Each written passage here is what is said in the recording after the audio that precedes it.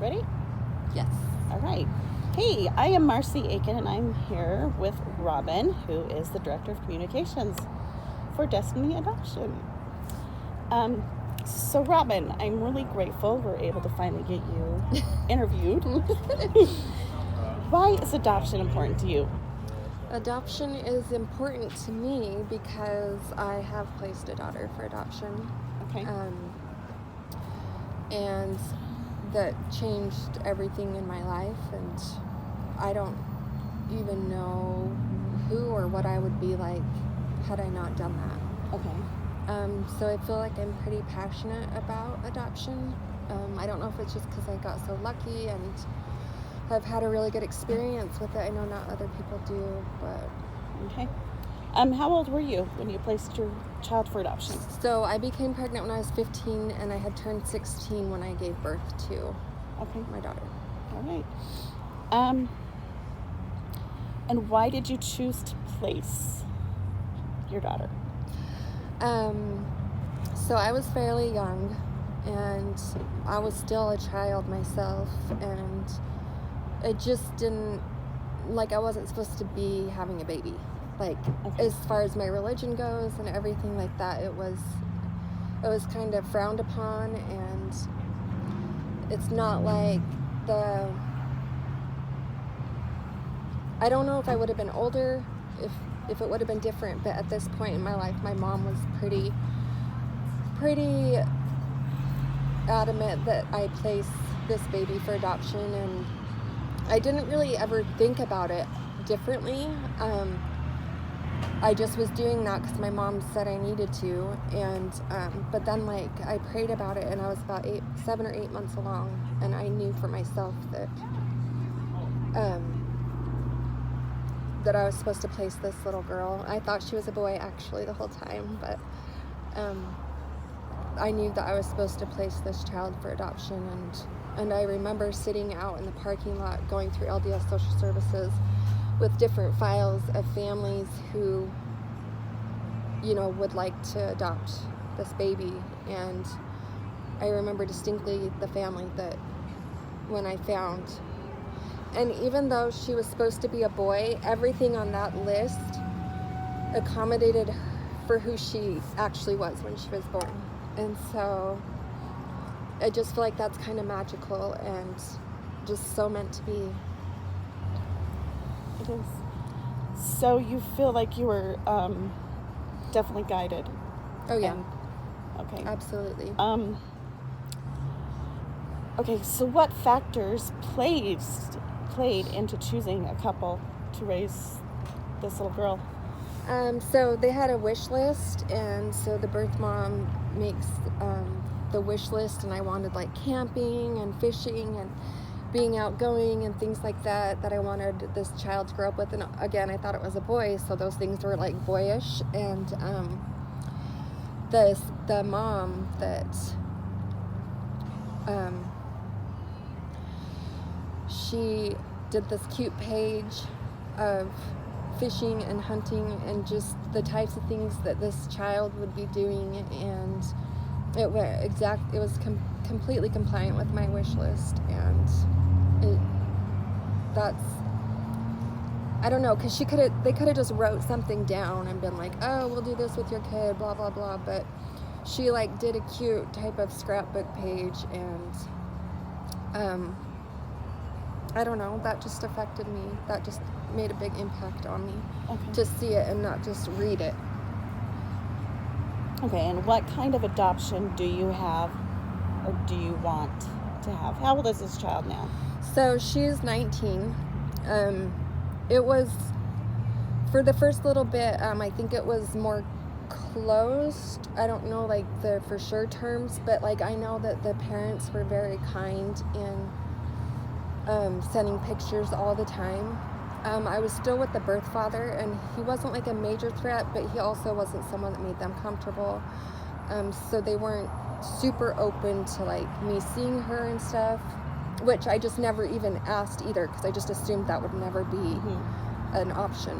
And then when she was 4, I was out of the relationship with the birth father, and they had some relatives that lived up the street from where I grew up, and they literally just randomly called, and they're like, do you want to see her? And I was just like, I just never thought that that was going to happen. And so I dropped everything I was doing, and I went up and saw her, and it was really hard saying goodbye to her again, because I remembered the way that she looked at me when I placed her into their arms. That day that I left her when she was 4, she sat back in their van, and her head leaned back, and she looked at me, and it was the same look and the same feeling that it was when I placed her when she was just a couple days old. So I felt like that was really special, and it felt like some part of her, even though she was only 4, was connected to me, and that this was all supposed to be this way. Throughout the years, they invited me to different things in her life, her baptism, and they're always very open about where they were living, and you know, they put their address on their letters. It wasn't like a secret. And I would write a lot back then, letters, because I was just writing to like this baby that you hope that someone day would understand. Yeah. The choices you made, and so it was, I would say it was open, like we didn't like have sleepovers and go shopping and stuff, but back then, but I don't feel like it was closed. Yeah. I feel like there was a lot of trust there, and a lot of room for growth and openness. Thank you. Now, do you want to tell them the connection? So Marcy is the mother of my birth daughter, Shayhana. And Dakota is her older brother, and he's the president of this foundation. And Dakota also has contact with his birth mother and now his birth father.